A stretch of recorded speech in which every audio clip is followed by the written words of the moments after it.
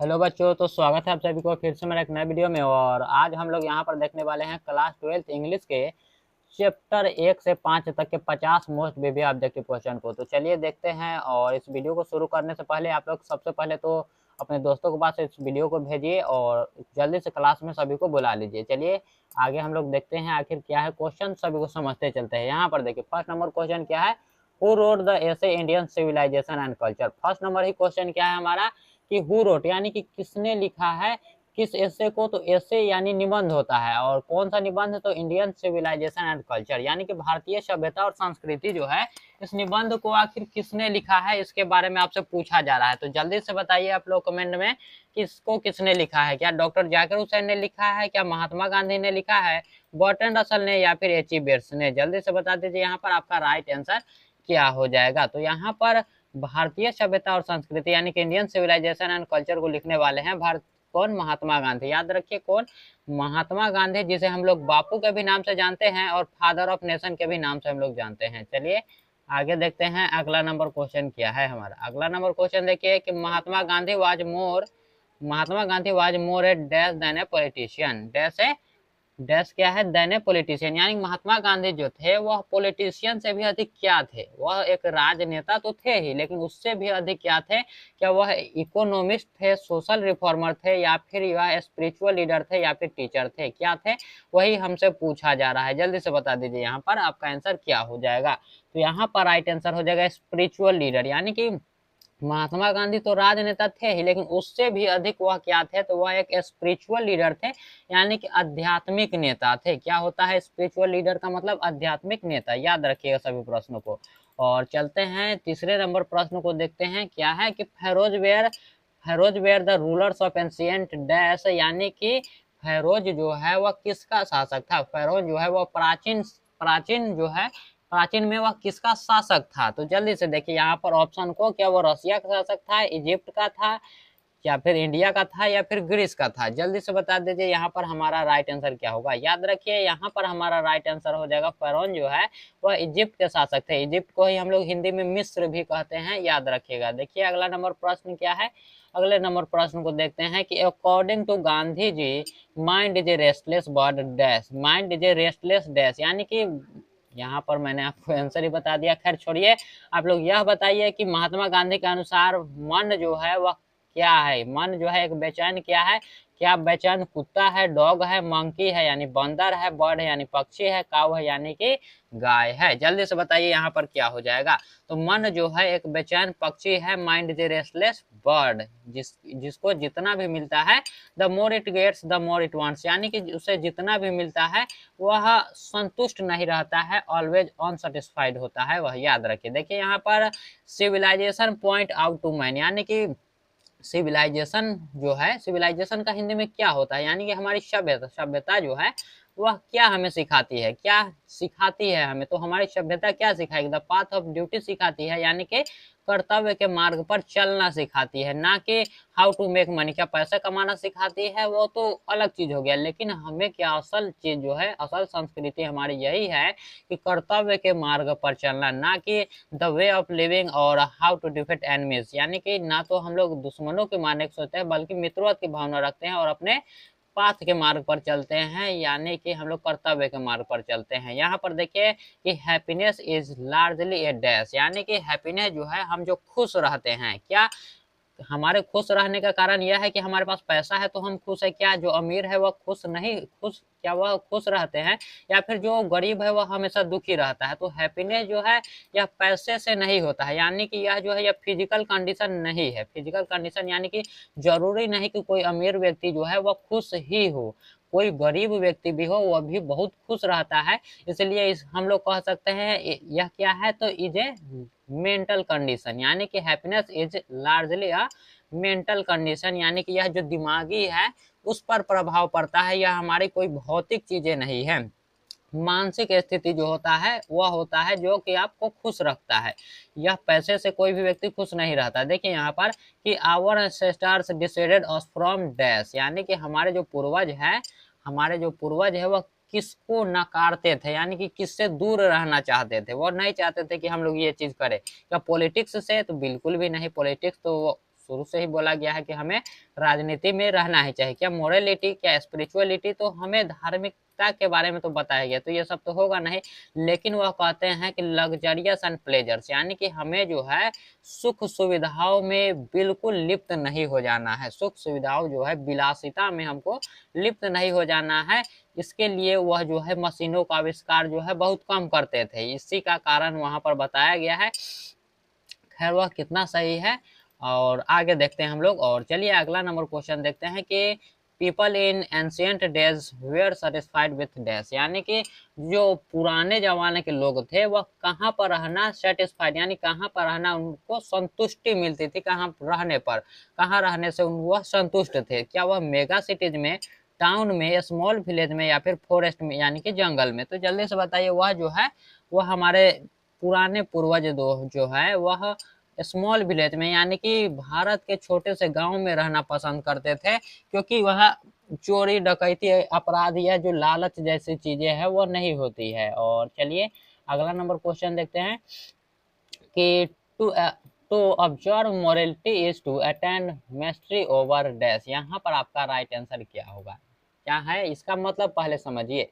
इसका सबसे पहले आपको मतलब समझना है कि to observe morality is to attend mastery over, यानी कि नैतिकता का पालन करने का अर्थ किस पर विजय प्राप्त करना है, किस पर विजय प्राप्त करना है? क्या इकोनॉमिक्स ग्रोथ यानी पैसे कमाना, या फिर political ability, mind and passion, या फिर आर्ट? आर्ट तो समझते होंगे आप लोग। और बताइए इसका आखिर क्या कारण है, यह जो है किस चीज को बढ़ावा देता है? नैतिकता जो है किस पर विजय प्राप्त करना हमें सिखाता है, तो वह माइंड पर एंड पैशन पर, यानी कि हमारी जो मन है और भावना है वह उसको जो है बहुत ही क्या करता है, तो मन और भावना को वह आगे की ओर देखता है और उसी के मार्ग पर चलने को हमें कहता है, ना कि किसी और चीज पर। देखिए अगला नंबर प्रश्न कि Gandhi ji died at the hands of a fanatic on, यानी कि गांधी जी को एक कट्टरपंथी के द्वारा मार दिया गया था जिसका नाम था नाथूराम गॉडसे। और उसी के बारे में पूछा जा रहा है कि आखिर कब उनकी मृत्यु हुई थी। तो उनकी मृत्यु जो है वह 13 जनवरी 1948 को होती है। 30 जनवरी 1948 को उनकी क्या होती है, मृत्यु होती है। किसके द्वारा, तो याद रखिएगा नाथूराम गॉडसे द्वारा गोली मार के हत्या कर दी जाती है। और ये भी बताइएगा कि कहाँ उनकी हत्या की गई थी। देखिए अगला नंबर प्रश्न कि Bharat is my home is written by, Bharat is my home जो है उसको लिखने वाले कौन है? क्या महात्मा गांधी ने लिखा है, क्या डॉक्टर जाकिर हुसैन ने लिखा है, या फिर पॉल एसबर्ग, या फिर मनोहर मैलगोनकर ने? कौन व्यक्ति है जो कि भारत इज माई होम यानी कि भारत मेरा घर है पाठ को लिखा है? यह एक प्रकार का, सबसे पहले जानिए कि यह एक प्रकार का क्या है बच्चों, तो यह जो है एक प्रकार का स्पीच है। क्या है, तो यह एक प्रकार का स्पीच है, याद रखिएगा। और यहाँ पर देखिए कि भारत इज माई होम जो है यह डॉक्टर जाकिर हुसैन जी द्वारा लिखा गया है। डॉक्टर जाकिर हुसैन जी जो कि थर्ड प्रेसिडेंट थे, कौन थे बच्चों, तो वह थे थर्ड प्रेसिडेंट थे, याद रखिएगा आप लोग। और कब बने थे थर्ड प्रेसिडेंट, तो ये भी याद रख लीजिए 1967 में वह जो है वह थर्ड प्रेसिडेंट बने थे। और वह कहते हैं कि भारत के लोगों ने मुझे मुखिया के तौर पर मुझे चुना है कुछ समय के लिए। इस प्रकार से वह अपनी बातों को व्यक्त करते हैं और किस प्रकार से बताते हैं, चलिए आगे हम लोग देखते हैं। यह पूरा का पूरा एक प्रकार का भाषण ही है यह chapter Bharat is my home. और देखिए कि doctor Zakir Hussain took the oath as the dash of India, यानी कि डॉक्टर जाकिर हुसैन जी जो है वह किस चीज का शपथ ले रहे होते हैं भारत के लिए, तो वह जो ले रहे होते हैं क्या प्राइम मिनिस्टर के लिए, या गवर्नर के लिए, प्रेसिडेंट के लिए, या फिर चीफ मिनिस्टर के लिए? तो वह जो है वह प्रेसिडेंट के पद के लिए जो है वह शपथ ग्रहण कर रहे होते हैं 1967 में, ताकि जो है वह प्रेसिडेंट पद पर जा सके, वह शपथ ग्रहण कर रहे होते हैं। हालांकि वह उससे पहले भी बिहार के गवर्नर के भी रूप में रह चुके हैं। कहाँ गए, तो याद रखिएगा बिहार के गवर्नर के भी रूप में वह रह चुके हैं। और देखिए अगला नंबर प्रश्न क्या है, अगला नंबर क्वेश्चन देखते हैं कि before becoming the president doctor Zakir Hussain serve as the governor of dash, यानी कि गवर्नर। देखिए उत्तर प्रदेश, बिहार, असम, वेस्ट बंगाल। सबसे पहले क्वेश्चन को समझिए कि वह बिफोर यानी कि पहले के बारे में बात किया जा रहा है कि वह प्रेसिडेंट बनने के पहले डॉक्टर जाकिर हुसैन जी जो है वह किस चीज को सर्व कर चुके हैं, यानी कि किस पद पर वह पहले कार्य कर चुके हैं। तो वह जो है मैंने आपको जैसे कि बताया कि वह गवर्नर रह चुके हैं, कहाँ के, तो गवर्नर ऑफ बिहार, यानी कि बिहार के वह राज्यपाल के रूप में अपना कार्य कर चुके हैं। और चलिए देखते हैं अगला नंबर क्वेश्चन क्या है कि डॉक्टर जाकिर हुसैन से एजुकेशन एज ए डैश, यानी कि डॉक्टर जाकिर हुसैन जो है वह एजुकेशन को क्या बताते हैं, क्या वह बिजनेस बताते हैं, क्या वह टूल ऑफ मेकिंग मनी यानी कि पैसे कमाने की चीज बताते हैं, या फिर prime instrument of nation building, यानी कि जो प्राइम इंस्ट्रूमेंट क्या होता है, प्राइम इंस्ट्रूमेंट का मतलब क्या होता है कि राष्ट्रीय उद्देश्य का प्रमुख साधन, प्रमुख प्रमुख साधन किस चीज के लिए, तो राष्ट्र के लिए। या फिर हॉबी बताते हैं एजुकेशन को, तो वह बताते हैं prime instrument of nation purpose, यानी कि भारत को अगर विकास चाहिए तो उसको एजुकेशन जरूरी है। एजुकेशन अगर नहीं होगा तो भारत का जो बिल्डिंग है यानी कि भारत का जो विकास है वह हो ही नहीं पाएगा। चलिए अगला नंबर क्वेश्चन देखते हैं।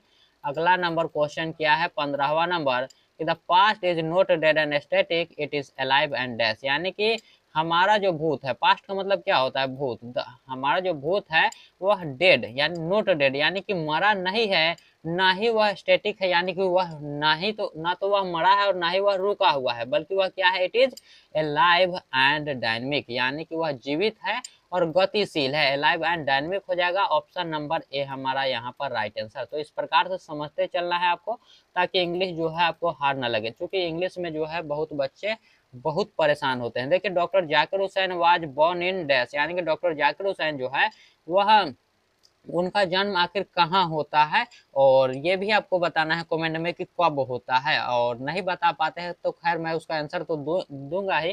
देखिए यहाँ पर डॉक्टर जाकिर हुसैन जी जो है उनका जन्म होता है हैदराबाद में। कहाँ होता है, तो हैदराबाद में होता है। और कब होता है जल्दी से बताइए, तो यहाँ पर याद रखिए 1897 में होता है, 1897 में होता है उनका जन्म। और जिसने भी कमेंट में इसको लिखा है उनका बिल्कुल राइट आंसर है। और चलिए देखते हैं अगला नंबर आखिर क्वेश्चन क्या है, अगले नंबर क्वेश्चन को देखते हैं हम लोग। और देखिए यहाँ पर कि क्या है question, who brought a lot of erudition and wealth of knowledge to the presidency, यानी कि इसका मतलब क्या होता है, who brought a lot of erudition है, brought a lot of erudition, यानी कि इसका मतलब क्या हो रहा है, राष्ट्रपति जो है यहाँ पर समझिए, यहाँ पर प्रेसिडेंसी यानी कि राष्ट्रपति पद पर किसने बहुत सारी एरुडेशन यानी कि विद्वता ज्ञान जो होता है उसके बारे में बात किया जा रहा है। वो नॉलेज यानी कि ज्ञान, और एरुडेशन का भी मतलब होता है विद्वता यानी कि जानकारी, कितना जानकारिया के बारे में जो है वह खगाल मतलब बताया है, किसने बताया है इसके बारे में, तो उस क्या डॉक्टर राजेंद्र प्रसाद ने, क्या यहाँ पर सर्वपल्ली राधाकृष्णन जी, या फिर यहाँ पर डॉक्टर जाकिर हुसैन, या फिर बीबी गिरी, यहाँ पर कौन राइट आंसर आपका हो जाएगा। तो सर्वपल्ली राधाकृष्णन जी जो है जिनके जन्मदिन पर आज हम लोग टीचर्स डे भी मनाते हैं, उन्होंने शिक्षा को एक बहुत ही बड़े मुकाम पर पहुंचाया था। और उन्होंने शिक्षा की बहुत ही मतलब क्या ही कहा जाए कि शिक्षा को आगे तक ले जाने में सबसे ज्यादा योगदान उनका रहा है, क्योंकि शिक्षा को वह बहुत बढ़ावा दिए थे, प्राइम इंस्ट्रूमेंट। इसके बाद ही जब वह आए डॉक्टर जाकिर हुसैन जी, तब वह बताए थे उन्हीं के मार्ग पर, वह बोलते हैं डॉक्टर जाकिर हुसैन जी कि मैं सर्वपल्ली राधाकृष्णन जी से सीखता हूँ इस चीजों को। देखिए यहाँ पर doctor Zakir Hussain enter the office in a spirit of dash, यानी कि डॉक्टर जाकिर हुसैन जो है वह अपने ऑफिस में इंटर करते हैं, किस प्रकार से वह इंटर करते हैं यानी कि भीतर प्रवेश करते हैं, तो क्या टोटल डेडिकेशन के साथ, एरोगनेंस के साथ, सेल्फिशनेस के साथ, या फिर डिक्टेटरशिप के साथ, जल्दी से बताइए। तो वह जो भीतर घुसते हैं, यहाँ पर दो तरीके से इसका आंसर दिया जाता है, या तो आपको टोटल डेडिकेशन दे तब आपको राइट आंसर लगाना है, या फिर प्रेफुल ह्यूमैनिटी दे तब भी आपको वही आंसर लगाना है। प्रेफुल ह्यूमैनिटी भी कभी कभी देता है, याद रखिएगा, क्योंकि यह ज्यादातर प्रेफुल ह्यूमैनिटी ही देता है, लेकिन टोटल एडुकेशन डेडिकेशन जो है इसलिए दिया गया है ताकि आपको याद रहे और पूछा जा सकता है, क्योंकि बिहार बोर्ड जो है थोड़ा थोड़ा बदलाव कर रहा है क्वेश्चनों में। और टोटल डेडिकेशन का मतलब होता है पूर्ण समर्पण के साथ। और चलिए देखते हैं अगला नंबर क्वेश्चन कि doctor Zakir Hussain delivered his speech in dash, यानी कि डॉक्टर जाकिर हुसैन ने इस स्पीच को कब दिया था, तो 1967 में जब वह प्रेसिडेंट पद यानी कि राष्ट्रपति पद के लिए शपथ ग्रहण कर रहे होते हैं, तब हमारा आंसर क्या होगा 1967। और यहाँ पर इस स्लाइड में तो नहीं है क्वेश्चन, देखिए यहाँ पर, हाँ थोड़ा सा यहाँ पर बात किया जाए तो सबसे पहले मैं आपको बता देना चाहता हूँ कि अपनी पढ़ाई जो है और भी बेहतरीन बनाना है तो मुझे एक चीज़ की ज़रूरत है जिसका नाम है डिजिटल बोर्ड। इसको लाना चाहते हैं तो आप चाहे तो आप हमारी सहायता इसमें कर सकते हैं। 1 रुपए से जो है अपना कितना भी जो है बहुमूल्य जो है अपना सहयोग कर सकते हैं। लेकिन इसमें भी एक प्रॉब्लम है, याद रहे सबसे पहले यह जो है रेस्ट्रिक्शन जो है इसको पढ़ना है आपको कि आपसे जो है वो यह गुजारिश है कि कोई भी विद्यार्थी अपने माता-पिता के अनुमति के बिना मुझे आर्थिक सहयोग ना करे। यह ज़रूरी नहीं कि सबको करना ही है और जिसके पास नहीं है बिल्कुल भी वह अपने गार्जियन को परेशान ना करे। देखिए यहाँ पर जो बच्चे सहयोग नहीं कर सकते उन्हें परेशान होने की बिल्कुल ज़रूरत नहीं है। आप बस मन लगाकर पढ़ें, आपकी सफलता ही मेरी सबसे बड़ी गुरु दक्षिणा है, इसको याद रहे। यहाँ पर उसका स्कैनर है और देखते हैं अगले नंबर क्वेश्चन को। चलिए अगला नंबर क्वेश्चन क्या है कि according to doctor Zakir Hussain the value remains dash. यहाँ पर क्या हो जाएगा समझिए इसको कि अकॉर्डिंग, अकॉर्डिंग का मतलब क्या होता है कि according to doctor Zakir Hussain, जैसे मैं आपको बोल दूं कि according to Aditya, according to Suresh, according to Mahesh, यानी कि महेश के अनुसार, वैसे ही डॉक्टर जाकिर हुसैन के अनुसार द वैल्यू रिमेन्स, यहाँ पर क्या है द वैल्यू रिमेन्स के बारे में बात किया जा रहा है, जिसका मतलब क्या होता है, यानी डॉक्टर जाकिर हुसैन के अनुसार मूल्य जो है, मूल्य यानी कि सिद्धांत क्या रहना चाहिए, सिद्धांत किसका क्या रहता है, क्या रहना चाहिए, क्या इटरनली वैलिड रहना चाहिए, यूजलेस रहना चाहिए, या फिर टेम्पोररी रहना चाहिए, या फिर चेंजिंग रहना चाहिए। यहाँ पर क्या रहना चाहिए, वह रहना चाहिए इटरनली वैलिड, यानी कि शाश्वत रूप से मान्य। किसी भी व्यक्ति को बोला जा रहा है किस प्रकार से रहना चाहिए, इटरनली वैलिड यानी कि शाश्वत रूप से मानने के बारे में बोला जा रहा है, अपने सिद्धांतों को रखना चाहिए। चलिए अगला नंबर क्वेश्चन देखते हैं। अगला नंबर क्वेश्चन क्या है कि a pinch of snuff is a short story written by, यानी कि ए पिंच ऑफ स्नफ जो चैप्टर है, ए पिंच ऑफ स्नफ का सबसे पहले मतलब समझिए, एक चुटकी नस्वार या फिर सुंघनी इसको बोल सकते हैं। तो उसको किसने लिखा है, रिटेन बाय का मतलब होता है किसने लिखा। और सबसे पहले समझिए कि यह जो है यह क्या शॉर्ट स्टोरी है, यह क्या है शॉर्ट स्टोरी। चूंकि आपसे पूछा जा सकता है कि a pinch of snuff is A dash, यानी कि पूछा जा सकता है ऑप्शन में आपको शॉर्ट स्टोरी होगा तो उसको लगाना है। खैर इसको शॉर्ट स्टोरी है और इसको लिखने वाले हैं हमारे मनोहर मालवणकर जी, जो कि भारत के ही व्यक्ति है, याद रखिएगा। चलिए इसमें नानू काका के बारे में हम लोग पढ़ेंगे थोड़ा सा। देखिए नानू काका वाज कमिंग टू दिल्ली, यानी कि नानू काका जो है वह दिल्ली आते हैं, किस लिए आखिर वह आते हैं दिल्ली, डैश यहाँ पर लिखा गया है टू डैश, यानी कि किस लिए आते हैं। विजिट द रेड फोर्ट, यानी कि वह लाल किला को देखने आए थे। सम सी मिनिस्टर, यानी कि सी सम मिनिस्टर, यानी कि क्या वह कुछ मिनिस्टर से मिलने आए थे, या फिर पार्टिसिपेट इन कॉन्फ्रेंस, यानी कि लोगों से जो बात करना होता है उससे, या फिर स्पेंड इज हॉलीडे, यानी कि अपनी छुट्टियां मनाने आए थे। तो वह किस लिए आए थे यहाँ पर, तो उनका आने का यहाँ पर एक मुख्य कारण क्या था, तो वह था शीर्ष मिनिस्टर। वह मिनिस्टर से मिलना चाहते थे और मिनिस्टर में भी उसका नाम कौन था, तो कल्याण मंत्री, यानी कि वेलफेयर मिनिस्टर से मिलना चाहते हैं।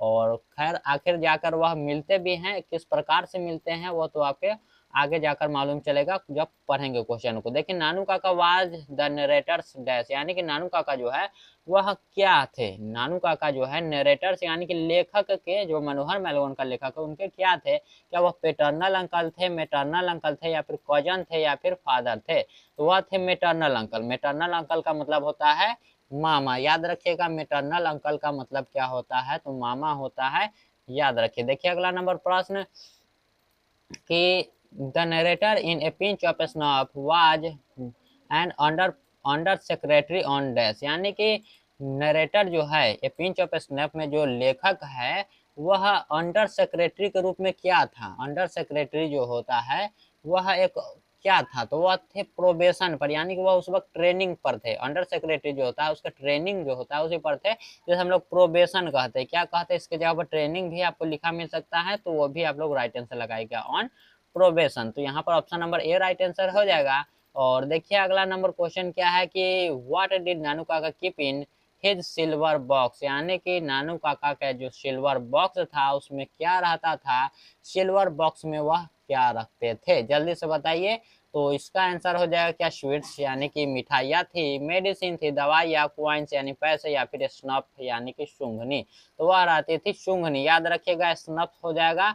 ऑप्शन नंबर डी यहाँ पर हमारा राइट आंसर हो जाएगा। चलिए अगला नंबर क्वेश्चन देखते हैं। अगला नंबर क्वेश्चन क्या है कि नानू काका ट्रेवल इन डैश, नानू काका जो है वह किस में ट्रेवल करते हैं, वह ट्रेन में ट्रेवल करते हैं। याद रखिए उनके पास क्या था, तो थर्ड क्लास का टिकट था, थर्ड क्लास का वह टिकट था, लेकिन किसी प्रकार से वह अपने चालाकी से टीटी को समझाकर वह सेकंड क्लास में बैठ कर आते हैं। तो ट्रेवल अगर पूछा जाए तो ट्रेवल वह किस में किए थे, तो सेकंड क्लास में, हालांकि उनके पास टिकट किस चीज का होता है, तो थर्ड क्लास का होता है, इसको याद रखिएगा। और देखिए अगला नंबर क्वेश्चन क्या है कि Sohan Lal Ratiram was the party boss in dash, यानी कि सोहन लाल रतिराम जो था वह पार्टी बॉस कहाँ का था। सोहन लाल रतिराम कहाँ के पार्टी बॉस थे, तो वह थे दिल्ली के। याद रखिएगा कहाँ के थे, दिल्ली के थे। ऑप्शन नंबर सी हमारा यहाँ पर राइट आंसर हो जाएगा। और सोहन लाल रतिराम का बेटा का नाम क्या था, जल्दी से आप लोग बता दीजिए, सोहन लाल रतिराम के बेटा का नाम क्या था, इसको आप लोग कमेंट में बताइए। और बढ़ते हैं अगला नंबर क्वेश्चन को। देखिए यहाँ पर कि Ratiram was the son of, हाँ यहाँ पर देखिए रतिराम जो था, रतिराम मैंने आपको ऊपर ही क्वेश्चन पूछा था कि रतिराम कौन था, तो वह था सोहन लाल रतिराम का बेटा। सोहन लाल रतिराम का बेटा कौन था, तो वह था यहाँ पर क्या है, रतिराम का पुत्र था। हाँ रतिराम का पुत्र, Ratiram was the son of her, Ratiram का पुत्र का नाम था सोहन लाल रतिराम। और चलिए अगला नंबर क्वेश्चन देखते हैं। अगला नंबर क्वेश्चन क्या है कि the welfare minister was, the welfare minister was क्या होता है, यहाँ पर यह समझिए, the welfare minister was Sohan Lal Ratiram the narrator, या फिर वेलफेयर मिनिस्टर ही। यहाँ पर आपका राइट आंसर क्या होगा, तो यहाँ पर भी वेलफेयर मिनिस्टर ही होगा, यानी कल्याण मंत्री ही होगा। कोई वेलफेयर मिनिस्टर क्या होगा, वह तो वही होगा। और देखिए अगला नंबर प्रश्न कि Nanu Kaka manage to impress the Sikka auto dealer by a demonstration of dash, यानी कि किस प्रकार से वह सिक्का ऑटो डीलर से जो है वह रेंट पर जो है टेस्ट ड्राइव के लिए गाड़ी को लेते हैं, किस प्रकार प्रभावित कर कर उनको उसमें सफल होते हैं।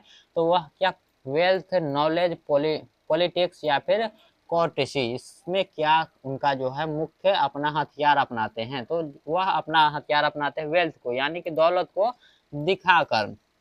क्या करते हैं कि वह अपने पॉकेट में जो है 1000 का जो है चेक लिखकर वह अपने पॉकेट में रख देते हैं और धोबी को दे देते हैं। जब वो धोबी लेकर आता है 1000 का चेक, तब वहां पर वह तो नकली था, लेकिन जो है वहां पर सिक्का ऑटो डीलर उसको लगता है कि नहीं असली है, और उसको उससे वह प्रभावित होकर जो है टेस्ट ड्राइव के लिए गाड़ी दे देता है। चलिए अगला नंबर क्वेश्चन देखते हैं क्या है कि I have a dream is a speech delivered by, यानी कि आई हैव ए ड्रीम जो है यह क्या है, स्पीच है, जिसको डिलीवर्ड किसने किया था, तो याद रखिए यहाँ पर क्या होगा, Martin Luther King junior, सिगानोया, Mahatma Gandhi या फिर जर्मन ग्रीड। तो यहाँ पर वह कौन किया था, तो मार्टिन लूथर किंग जूनियर जी।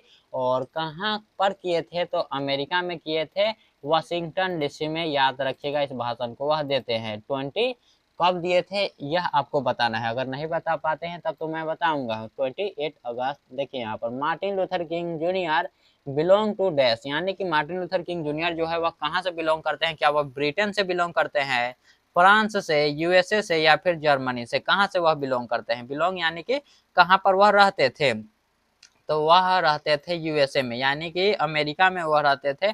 अमेरिका में एक जाति होता है निग्रो, वह उसी के वह लोग थे। चलिए आगे मैं आपको उसके बारे में बताता हूँ। मार्टिन लूथर किंग क्या है, मार्टिन लूथर किंग जूनियर वाजे डैश, तो मार्टिन लूथर किंग जूनियर जी जो है वह एक निग्रोज प्रजाति के व्यक्ति थे। निग्रोज जो कि काले लोग होते हैं। खैर जो है उस वक्त अमेरिका में रेशियल डिस्क्रिमिनेशन चल रहा था, यानी कि नस्लीय भेदभाव, चमड़े के यानी कि रंग को देखा जाता था। जो गोरा है उसको ज्यादा सुविधा और जो काला है उसको बिल्कुल भी सुविधा नहीं दिया जा रहा था और उसको दबा दिया जा रहा था। इसलिए जो है इस स्पीच को देते हैं फ्रीडम के लिए, यानी कि अपना स्वतंत्रता के लिए देते हैं। चलिए उसके बारे में भी हम लोग आगे जानेंगे किस प्रकार से मिसिसिपी के लोग जो है। और देखिए कि कांट एडवोकेटेड डैश स्ट्रगल, यानी कि जो मार्टिन लूथर किंग जूनियर जो है वह किस प्रकार का स्ट्रगल करते हैं, इस किंग एडवोकेटेड, यानी कि यहाँ पर समझे मार्टिन लूथर किंग जूनियर जो है उसके बारे में ही बोला जा रहा है कि वह जो स्ट्रगल किए थे उसके किसके समर्थन में, यानी कि किस पक्ष में, क्या वह वायलेंस यानी कि जो हिंसा होता है उसमें, क्या नॉन वायलेंस या फिर आर्म्ड या फिर साइलेंट। तो वह जो है गांधी जी के मार्ग पर चलते थे, यानी कि नॉन वायलेंस अहिंसा के मार्ग पर चलते थे और शांति पूर्वक जो है अपने किसी भी भाषण को करते थे, किसी भी चीज को। देखिए who was awarded the Nobel peace prize in 1964। यहाँ पर पढ़िए, केवल नोबेल प्राइज नहीं, नोबेल पीस प्राइज। पीस का मतलब क्या होता है, शांति के लिए उन्हें नोबेल प्राइज मिला था 1964 में।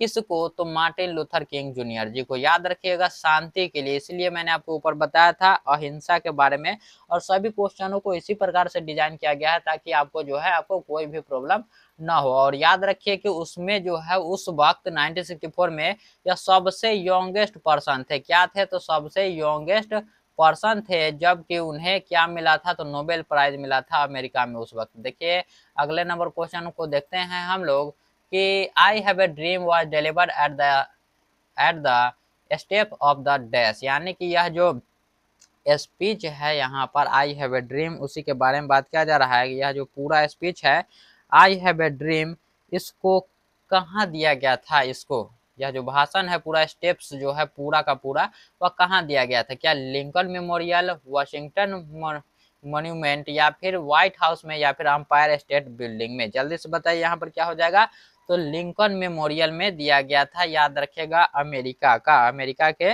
लिंकन मेमोरियल में दिया गया था। और कब दिया गया था, मैंने आपसे कमेंट में पूछा था, तो जिसका भी आंसर 28 अगस्त था। क्या था, 28 अगस्त 1963। कब, 1963। जिसका भी आंसर था उसका आंसर बिल्कुल सही है।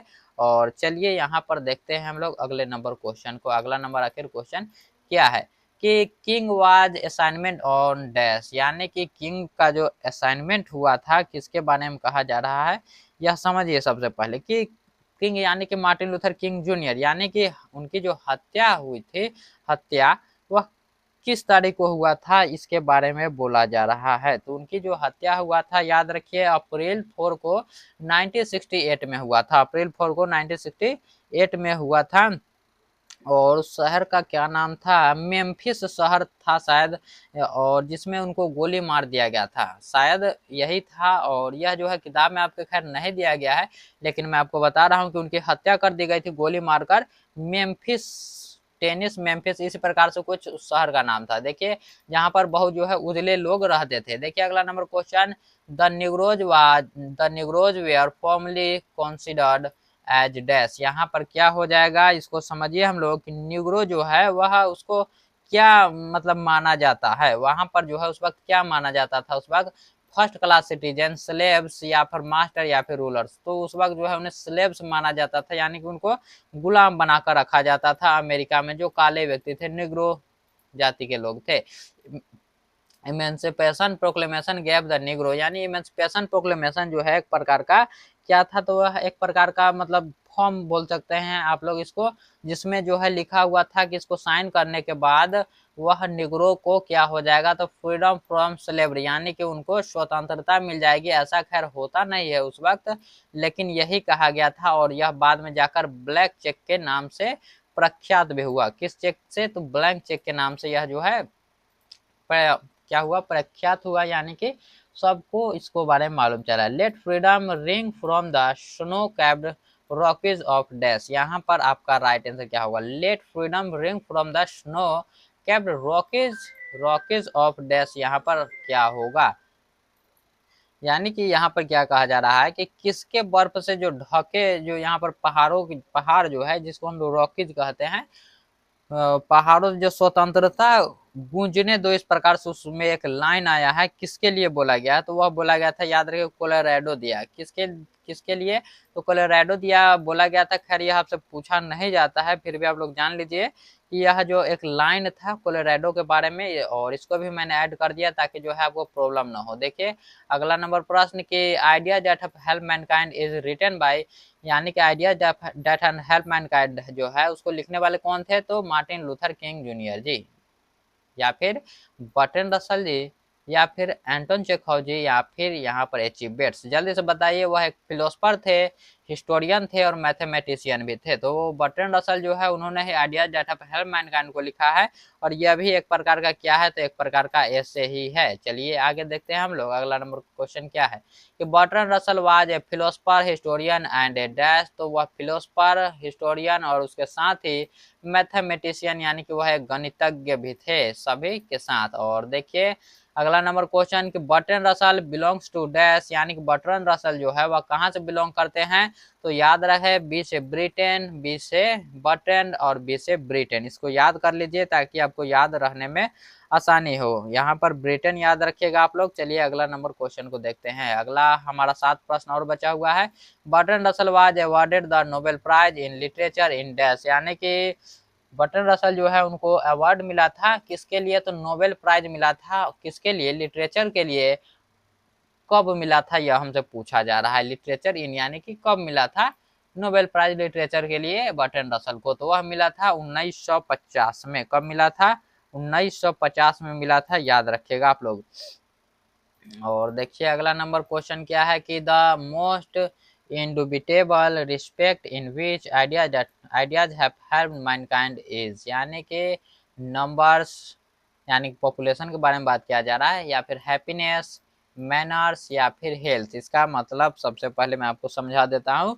The most indubitable respect in which ideas have help mankind, यानी कि वह सबसे सबसे असंदिग्ध जो होता है, जिसे हम लोग निश्चित कह सकते हैं, निश्चित पहलू जिसमें विचारों ने मानव जाति की मदद की, वह कौन सा है, कौन सा विचार जो है वह मानव जाति के लिए बहुत ही महत्वपूर्ण साबित हुआ, तो नंबर्स, यानी पॉपुलेशन जो है शुरू शुरू में यानी कि बहुत कम लोग थे, पॉपुलेशन बहुत कम था, लेकिन पॉपुलेशन जितना वह बढ़ा, यहाँ पर पॉपुलेशन आदमियों की संख्या जितना ज्यादा बढ़ा वह जो है उतना शुरू शुरू में वह हेल्पफुल था, लेकिन वही आज जाकर के क्या हो रहा है, तो थोड़ा सा संकट भी बन रहा है। लेकिन उस वक्त के हिसाब से वह सही था, क्योंकि उस वक्त वही था जो कि इंसान पूरे मानव जाति को बचा सकता था। और देखिए वी आर मोस्ट फ्रेंडली, यानी कि क्या हो जाएगा यहाँ पर समझिए क्या कहा जा रहा है, वी आर मोस्ट फ्रेंडली, यानी कि हम अधिक मित्रवत होते हैं किस चीज के वक्त, किस चीज के लिए, outside the heart, with in the heart, everywhere, या फिर नाउवेयर, यानी कि सब जगह, कहीं कहीं, आउटसाइड कहीं, या फिर अलग मतलब, या फिर विद इन द हार्ट। यहाँ पर क्या हो जाएगा, तो विद इन द हार्ट हो जाएगा, यानी कि अपने समूह जो है, अपने समूह के भीतर हम लोग क्या होते हैं, तो मित्रवत होते हैं। क्या होते हैं, मित्रवत होते हैं, याद रखिएगा आप लोग। या फिर friendly toward one another more में भी क्वेश्चन मिल सकता है, जिसमें आपसे पूछा जाएगा कि हमें एक दूसरे के प्रति कैसी भावना रखनी चाहिए, तो उस वक्त आप लोग लगाइएगा फ्रेंडली, क्योंकि हम लोगों को एक दूसरे के साथ फ्रेंडली यानी मित्रवत की भावना रखना चाहिए। Taming of domestic animal made life dash, यानी कि जो डोमेस्टिक एनिमल था, डोमेस्टिक यानी कि जानवरों को पालतू बनाना था, वह मनुष्य के जीवन के लिए क्या साबित हुआ, क्या हार्डर हुआ, स्वेग हुआ, प्लेजेंटर हुआ, या फिर विल्ड हुआ, जल्दी से बताइए क्या हो जाएगा, तो प्लेजेंटर हम लोग लगा सकते हैं, यानी कि इससे बहुत ही व्यक्तियों का जो है काम आसान हो गया। समझ लीजिए जैसे कि गाय आया, तो गाय से जो है, बैल से जो है वह खेती होने लगा, तो अब पहले क्या होता था कि व्यक्ति अपने से कुदाल से करता था, लेकिन जो है गाय के आने से वह काम आसान हो गया, बहुत सारे सामान जो है उस पर जाने लगे, बहुत सारी काम में जो है कुत्ता को पालतू बनाया गया, बहुत सारी चीजों को पालतू बनाया गया, जिससे हमारी जो लाइफ है बहुत ही आसान हो गई। और देखिए अगला नंबर क्वेश्चन कि the invention of dash was more important then the domestication of animal, यानी कि किस चीज का आविष्कार जो है वह जानवरों के पालतू जो है बनाने से भी अधिक इम्पोर्टेंट था, यानी कि उससे भी महत्वपूर्ण आखिर क्या था, किस चीज का आविष्कार था, क्या एग्रीकल्चर कृषि का, व्हील यानी चक्का का, कार तो समझ रहे हैं, या फिर फायर यानी कि आग का, तो सबसे महत्वपूर्ण आविष्कार हमारा माना जाता है फायर का। याद रखिए फायर यानी कि आग का, आग के आविष्कार जो है उसके बाद ही हमारा बहुत सारे चीज जो है, हमारी पूरे मानव जाति का जो है डेवलपमेंट वही से पूरा चेंज हो गया था, जैसे ही आग का आविष्कार हुआ। पहले जो है मान लीजिए कोई मांस भी खाता था तो वह कच्चा खाता था, लेकिन उसके बाद जब आग का आविष्कार हुआ तब वह पका कर खाने लगा, जिससे उसकी एनर्जी बचने लगी। और आग का जो है वह शिकार करने से भी वह बहुत बचते थे, उससे शिकार भी करते थे, और शिकार वह न हो जाए इससे वह बचते भी थे। आग का उन्होंने बहुत ही उपयोग किया, और यह सबसे ज्यादा इम्पोर्टेंट है हमारे विकास में, याद रखिएगा। और देखिए अगला नंबर क्वेश्चन क्या है कि in the years of scarcity animal dash, यानी कि क्या कहा जा रहा है इसको समझिए। इन क्या है, in the years of scarcity animals, यानी कि कमी या फिर अकाल के वर्षों में जानवर जो है वह किस प्रकार से जो है वह मर जाते हैं, उसके बारे में बोला जा रहा है। तो स्टार्व, एंजॉय, स्लीप, माइग्रेट, यहाँ पर क्या हो जाएगा, तो यहाँ पर स्टार्व हो जाएगा, यानी कि स्टार्व यानी कि भूख के कारण जो है वह मर जाते थे। किस लार्जली आपसे बोला जा सकता है कि सबसे ज्यादा पक्षियां जो है वह किस मौसम में मरती है, तो वह विंटर आप लोगों को ऑप्शन में देगा, विंटर लगाइएगा। क्योंकि मैंने यहाँ पर 50 ही क्वेश्चन रखा है तो उतना ही क्वेश्चन आपको देखने को मिलेगा, लेकिन मैं आपको बता देता हूँ। देखिए यहाँ पर which word in the chapter means A large number. A large number यही उस वक्त उपयोग किया गया था कि विंटर सीजन में ही a large number of birds died, यानी कि पक्षियां जो है वह विंटर के सीजन में मर जाती है, उसी में वह यह वर्ड आया है। लेकिन यहाँ पर जो है यह किस लिए आया है, चलिए इसको हम लोग समझते हैं।